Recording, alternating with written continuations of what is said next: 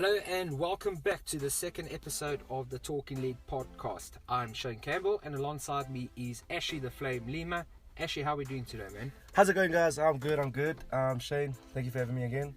We're going to talk about solid stuff today and I'm excited. Awesome stuff, man. Firstly, we would like to thank all of our listeners for the amazing responses we have received already. For sure. It's extremely overwhelming to hear how much you enjoyed the first one and we look forward to keeping you entertained.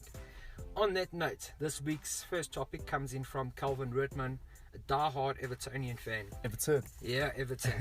He wants to know what is going on his club. What's your views on Everton at the moment, Ashley? Well, if you had to look at this season, it's not going quite well or expected. I think we can see in 10 games, they lost obviously 6, they drew 1 and only 3 wins. Now, there is a pro for it, because obviously there's cons, but the main pro is obviously Richarlison, I think that's their best player, He's got the most tackles, which is 31 tackles. He's got 3 goals, tied with Calvert-Lewin. He's got 2 assists, tied with Digne.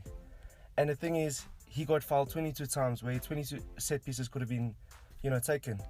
And the thing is, he's literally Everton. It's so bad to think he's the best defender and attacker, and they're relying on him too much.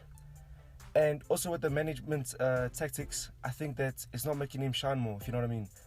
And if you had to say that, obviously there's Digne, Michael Keane, Sigurdsson, and other players, and even Cole Medina being a 5-star skiller with the most dribbles in the whole of Everton, which is ridiculous. But I also think it's not just about stats. I also think it's Everton's manager, and I think that's the main problem. I don't like blaming anyone, especially the manager. But I think in this case, you have to outline what Marco Silva needs to freshen up.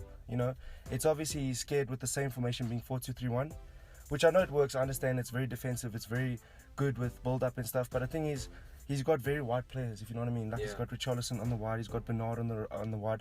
And the thing is, he should go for more of a 4-3-3. And obviously, if you see like Richarlison being the main guy for tackles in the whole of Everton and he's an attacker, obviously there's something wrong. So I think Evertonians are very frustrated because they're 2 points above relegation. And the thing is, if Everton obviously beats Man United 4-0, it's ridiculous. So why think of this team as a Robin Hood team where obviously they do well against the best teams and then do ridiculous against the lower teams? So yeah, I think also one of the main factors over the years, like you said, with the amount of money they spent and stuff like that, I also think when they lost Lukaku, obviously being the main man, I think he played a bigger role than he did there than in Man United. But losing that striker and trying to recover him over the years, it's like Man United when they lost, big players like even Ibrahimovic when he came in. But I think at the same time, the manager should be able to beef up the game and actually use his players more. Absolutely. I mean, on that point, it's exactly that. They've bought decent players over the last 3 seasons. I'm just going to run through them quickly because there's quite a few. Sigurdsson, Jordan Pickford, Keane, Walcott, Richarlison, Yerry Mina, Digne, Gomez, Bernard, Dolph, Iwobi. There's quite a few names in there, and 2 of them actually come from Arsenal as well.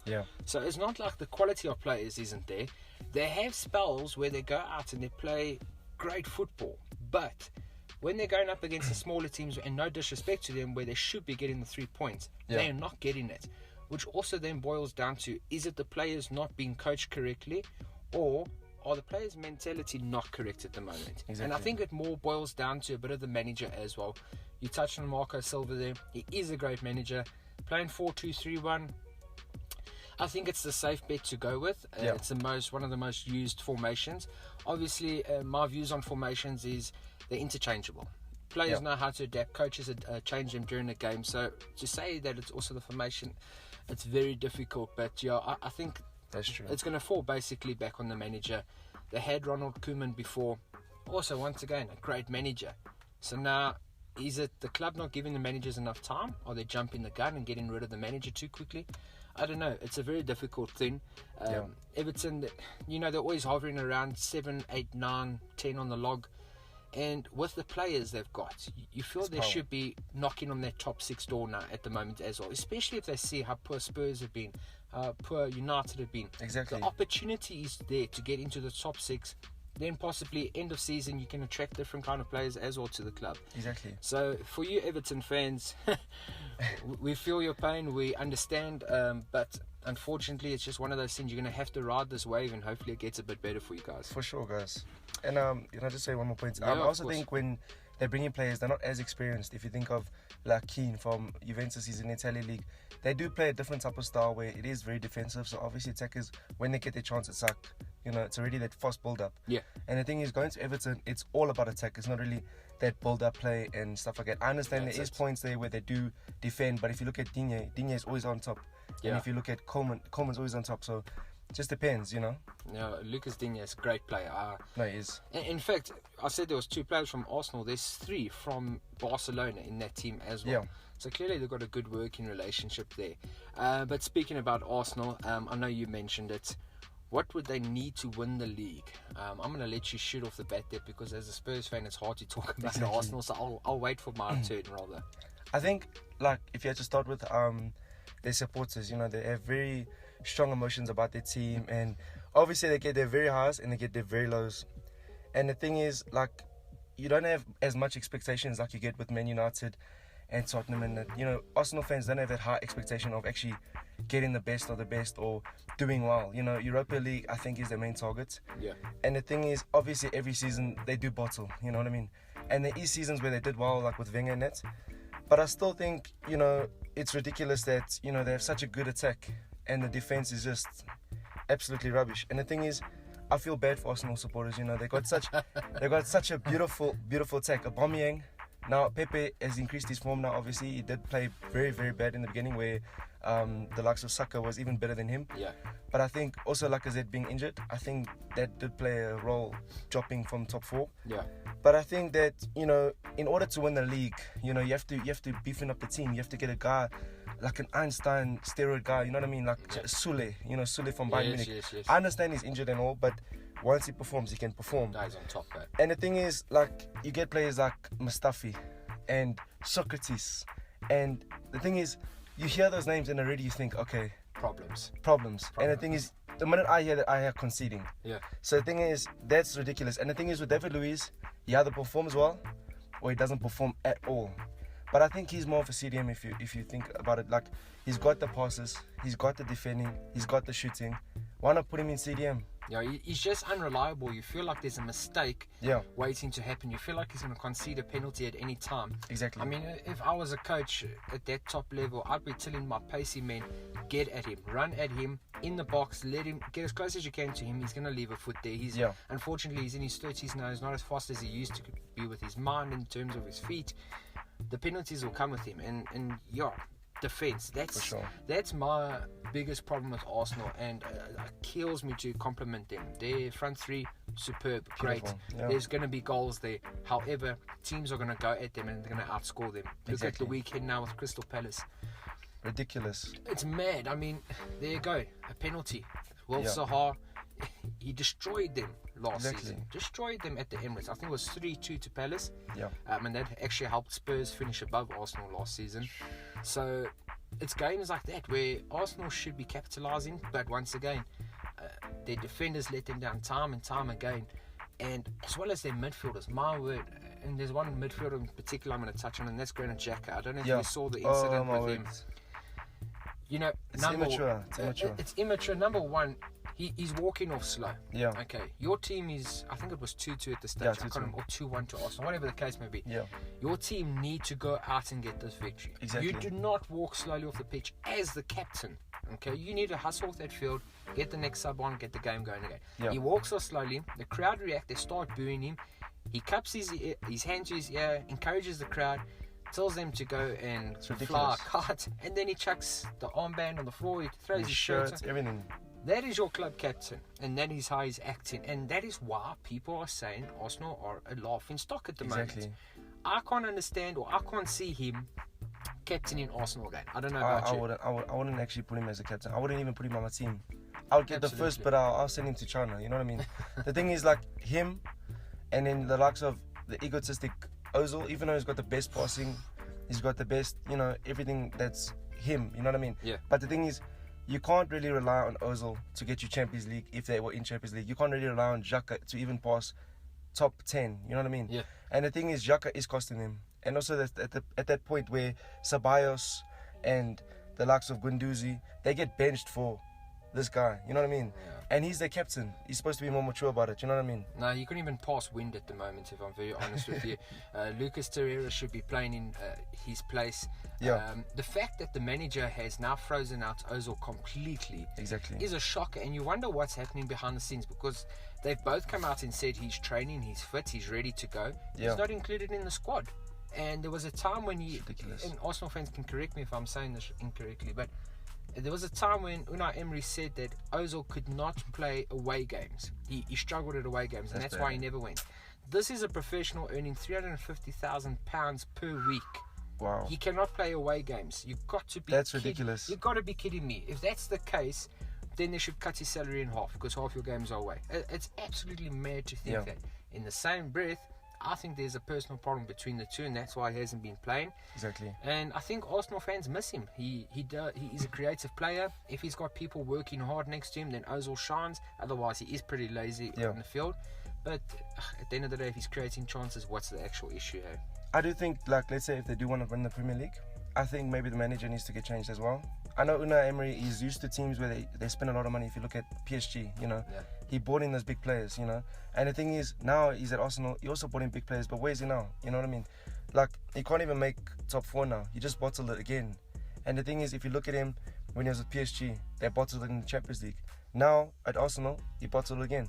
And the thing is, I think the main coach that could replace him, I know I'm just going to speak about facts and not replace him or say anything, but I think a perfect manager that will replace him, that's got great defending tactics and everything, is Allegri from Juventus that used to coach Juventus. Yeah. So the thing is, also with the cam role, which is the set attacking mid role, I also think maybe that he should replace by Kai Havertz from Bayer Leverkusen. And the thing is, he is a young potential star, and I don't know if he might be linked up with other clubs, but for Arsenal itself, they need someone like him. He's 6'2", he's fast, he shoots, he's a build-up player, he's an Arsenal player. Almost like a Diaby. Yeah. And the thing is, like, you look at him, he's a proper family McDonald's meal. He has everything. He's got the skills. He's got, you know what I mean? and the thing is, you need to get rid of his fading and washed away players like Ozil and Xhaka and Socrates. Mustafi. And the thing is, in the beginning of the season, you wouldn't believe us, but Mustafi had more clean sheets than Van Dijk. But now, obviously... What, on FIFA? Yeah. But the thing is, So, I also think Saka, as a player as well, he needs to do more work. I know in the beginning he was a star, but now you can see he's dropping a bit, and he's getting the ego that he's going to get starting 11, and obviously that's going to contribute to how he'll play. But any thoughts on you as well? Yeah, no, I'm going to leave Arsenal at that. I think Arsenal fans that are listening, please send us your messages. Let us know what you think about Arsenal at the moment. We'd definitely like to talk about it. And get your views on it as well. Let's move back abroad. Let's go to South African players. Boom. Yeah, we got talented players in this country. Very, very talented. Are they talented enough to go overseas and succeed? And I'm not just, yes, people are going to shout and say that East players, yes, it's one or two.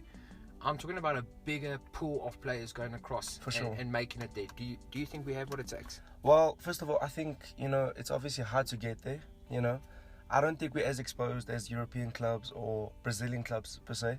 I think maybe it starts here where, we do get academies, and the thing is, they're not as big as academies overseas. Like, let's say Real Madrid, they scout you, and then there we go. You build up there. But the thing is, like here, I think it's more of a government sector that they should be able to, invest more in academies and stuff, so they can have more resources to send players overseas and learn in those training camps and stuff. And South African players are underrated as a whole. Now, look at Pussy Tau. He's bleed South Africa, you know what I mean? Yeah. And the thing is, he went to West Brighton, whatever you call it? Brighton Albion. Yeah. And the thing is, they sent him for a loan to some funny club, you know what I mean? And then a bunch of farmers. Yeah, exactly. And then to Club Brugge, where he does get Champions League experience. Yeah. He did do well. They beat Real Madrid. Yeah, exactly. Well. They drew against Real Madrid. And the thing is, you need more players, not just Percy Tau, not just Keegan Dolly, but the whole of South African talent to be able to go there. Now, obviously, you need academies to adjust to actually pick players who's going to go overseas. And the thing is, now why I say government should invest is because the government has a pinnacle role of actually attracting people from overseas to come to the country to watch our football as well. And the thing is, if you look at the whole of African continent, we pay the most wages out of every continent we see. You know what I mean? Not continent, but I'm saying out of the whole continent, all the countries. Yeah. Our league is the highest paying league in the whole of The Africa. PSL, huh? Yeah. Okay. And the thing is, you look at the likes of Shabalala, you know, when he was on his form in the World Cup and stuff, he scored a brilliant goal. He didn't get scouts on the dots, you know what I mean? Yeah. And then you get the likes of like some weird guy, 16-year-old, some Croatian, boom, Real Madrid squad. No you know one's what I mean? heard of him before. Exactly. And I'm not talking about Modric, you know, he's a talented guy. But I'm just saying, you know, some random guy. And the thing is, South Africans, you know, we need to export that talent. You know, we need to invest in our clubs to make them bigger and bigger and bigger. And obviously, every year, the more and more we do that, the more our country can actually do well in the World Cup or in any, you know, international cup. You know what I mean? So I think it's obviously that factor, and as well, like, the more players we can expose overseas, the more checks and more income to this country as well, if you know what Absolutely. I mean. And the thing is, the more we invest in this country, the greater we can grow our sports. And football is the most beautiful sport you can get. And I don't think anyone can disagree with me. I do know that the people say, no, cricket, you know, rugby, but soccer, you know, everyone loves soccer. Yeah, that's my point. It's a worldwide sport. Yeah, for sure. You know, I'm glad you mentioned that about investment in South Africa. I know a couple years back, and I'm not too sure if it's still active at the moment, but SuperSport United had a partnership as a feeder club with Tottenham. It was about 5-6 years ago. It could be a little bit further back than that. And Tottenham actually signed Bongani Kamalo, who was a centre back from SuperSport. Went across to Spurs. I remember he made 1 or 2 appearances, and then he went.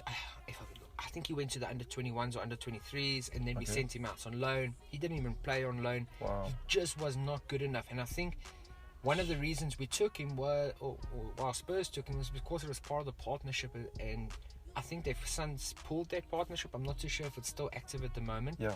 Because it's not to say that he's not good enough and the skill set is not there. I read a book recently, or a couple months back, on Teko Medisa. Yep. And it was about, I think this is biography actually. Fascinating read, good insight into South African football from his side of things. And one of the things that stood out for me was how, and it's not all South African players, so don't get me wrong, how lazy our mindset is as players in this country. Because he was talking about nights before derby games, so your Chiefs and Pirates games. The night before, the opposition players and themselves were out having drinks together. Wow, that's bad, eh? You know, you don't hear these kind of things of United and Liverpool fans meeting the night before having drinks, and not fans, players having drinks. Yeah, having drinks before a big derby match. Yes, when they go to international duty, their mates, the derbies aside. Yeah. But going for drinks, that's so unprofessional. And I think maybe they've had a few scouts come out to have a look in that, and they're like, you know what, the players aren't good enough. Not good enough, they're just lazy. They're not going to cut the grade in that. In saying that, it would be interesting to find out what kind of scouting system they have got here. Because, you know, we've seen it ourselves. If you just go and look in the Kasi, my word, there is skillful players. They are. But are they good team players? Are they only worried about the skill side of things? And that's my problem. That's a big contribution. That is my problem. I was chatting to a gent the other day, and I said to him, the first thing that bugs me so much about South African football is we'll be 1-0 up, 55 minutes on the clock. We've got the ball in our half, and now we want to start showboating. Even if the score is 2-0 or 3-0, you should not be showboating, in my opinion. Exactly. As a coach, I'd be going mad. Go out, go and get a 9-0 win, if that's what you can do, instead of showboating. You don't showboat and do little pirouettes on the ball and think you've made it now. You're still playing in South African PSL League. You can get much better if you just show your skill and quality. No one's looking for those showboaters. Yes, Neymar and all of these, couple of these guys do it, and that, but they've achieved what they've needed to, and they are well known already. That's true. You know, that's my problem though with South African football in the moment. Like you said, government, it's a SAFA thing. I think that the investment needs to come from SAFA side. Of course. They possibly have got plans in place to fix it up for the future, and we only hope for the best, because we're proudly South African. We want our players to shine overseas. We don't want just 1 or 2 to go overseas. We want people to look at South Africa and say, there's a cesspool of players there. Just go and get them. Boom. But I also think another point could be our supporters. You know, in order to get revenue for these stadiums and for, clubs itself, I think more supporters should go, choose a team, choose any team, choose Pirates, choose Sundowns, go support them. And the thing is, the more people we get, the more exposure we get. And the thing is, obviously, like, you get these sporting networks like, Super Sports and maybe even Sky Sports, if they wanted to, they need to see that people are actually watching the games. And the thing is, even the pitches that we have, you wouldn't see like Chelsea and Man United on, a holy pitch or patchy pitch. Like, imagine Man City versus Tottenham right now, okay? And then you see Sterling running at the ball, and all of a sudden he's gone. You're like, Sterling! And then you just check, okay, he's out of the hole. You know what I mean? So you have to actually have a difference of... In all fairness, he is very short already. Yeah, he is already. But I do think that South African football should be taken seriously as well.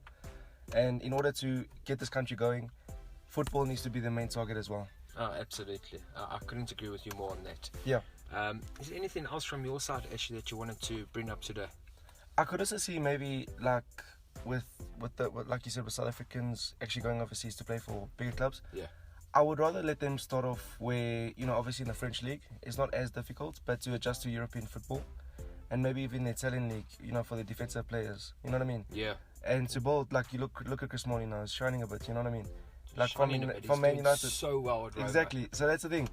And, you need that soft, attention to the players in order to make them big talent to actually go to Man United or to go to Liverpool or, top clubs. So breaking them in slowly opposed to just throwing them in the deep end and telling them sink or swim. Exactly.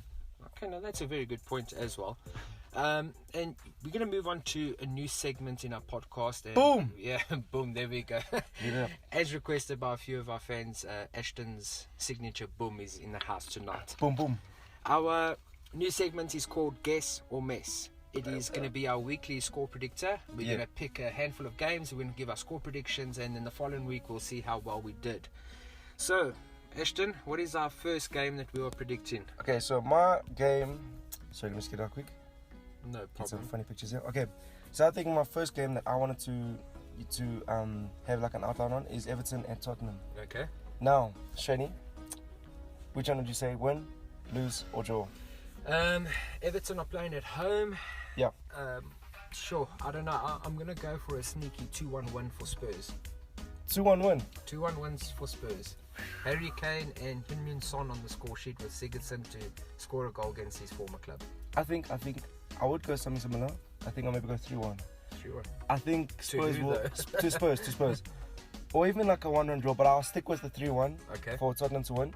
I think Harry Kane would score 2, and maybe let me just see, Eriksen. Okay. Yeah. And then for Everton, the one that will score is Richarlison. Richarlison. Yeah. Okay. Interesting. Yes, please. Next game. Hit Okay, us. Arsenal and Wolves. Boom! Now, Shani, Yeah, that one's got a draw written all over it. A 2-2 Boom. draw. Going for it. you going for it? Yeah, 2-2 draw. Full on. Alright, I think for me, I'll go for maybe I think a sneaky 2-1. Arsenal would win 2-1. 2-1 with Adama Traore running at David Luiz. I know. I think maybe Jacques is not going to play. You know what I mean? So maybe there will be a difference. So I'll say 2-1. Arsenal and Wolves. Okay, great. Next one. Okay, another one. Boom! I think Chelsea and Man United for the EFL Cup, which I think is today or tomorrow. It's tomorrow. Tomorrow, if I'm yeah. not mistaken. So Chelsea, Man United. Chelsea, Man United. I can only see one winner. I'm going with Chelsea. It kills me to say it, as they're London rivals. Wow. Chelsea are going to win it. You know what? Let's go for a nice high score. 3-2 to Chelsea.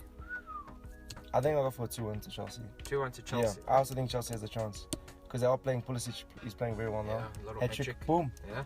And Man United. I think Tony Martial will score 1 goal. Yeah. I've seen that he scored on the weekend. Yeah, and I think his form is going to go even more up. As You know long what I as mean? United don't go to penalties, they should be fine also. Though. Exactly. And then one more with Chelsea. I think Yeah. Watford and Chelsea. Sure. Now Watford, obviously they want to come back. And They haven't won a game. exactly. So I think maybe, you know what I mean? So what would you say, Shane? You know what?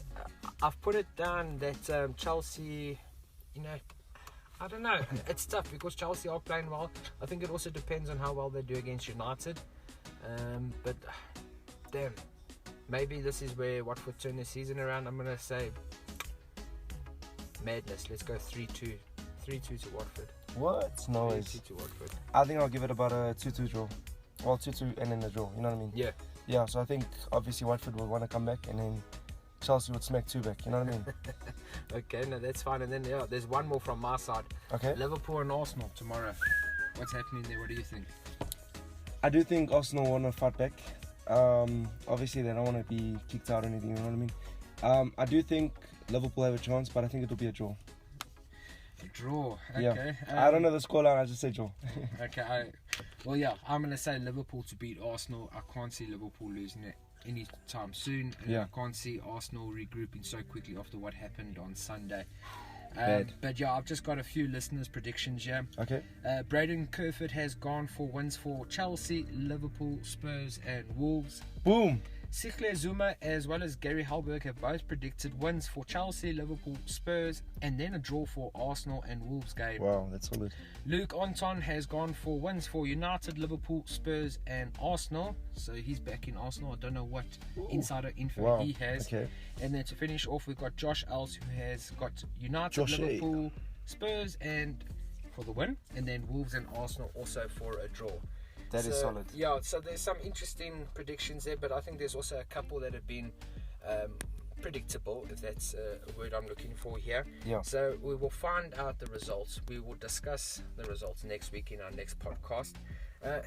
Ashley, anything to close off from your side? I think also for the viewers, I think we'll shout out to whoever gets the predictions right as well. Yeah. I'll post it on Instagram, and then maybe you can do it on Facebook as well. Absolutely, Yeah, we'll do so. for sure. Guys, thank you very much for listening to another episode. Please keep the love coming in, keep the